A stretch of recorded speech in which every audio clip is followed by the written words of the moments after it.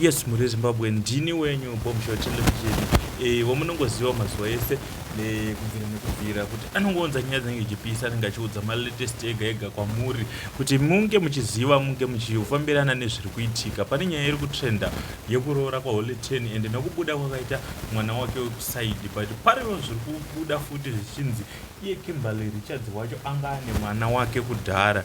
But anyway, haisiriyo nyaya yandaita yandauya nayo nhasi. Nyaya yandauya nayo inyaya yebeef iri kutangira kutofamba pakati paHolyten nababa Harare. Pane kakutaura kari kuitika. Ndofunga rakatangira pai Holyten paakataura kuti I regret kuita collab naWinky D.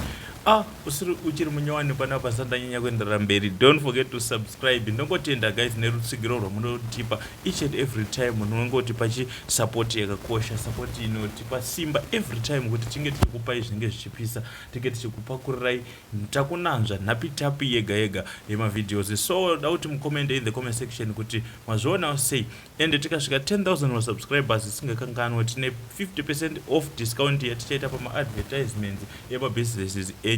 Munongotibata tobva takuitirai munyachi wacho nehalf price. So baba Harare vaisa post yavo iyo iri kubuda apo iyo yakanzi ndanga ndichida kuroora but 15,000 inosimudza mhepo rautombodzikisa price nekuda kwekuti Holyten ari kunzi iye akaburitsa 15,000 pakuroora. So asi zvine zvari kunzi ari kukundikana kuchengeta mwana wake ari kuchitungwiza wakaita neiye anonzi Tariro chose.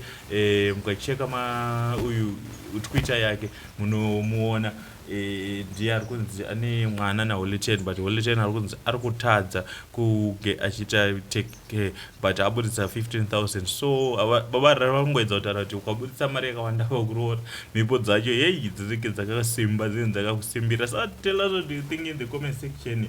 Mashots era mufaiwa nababa Harare ayo. Thank you.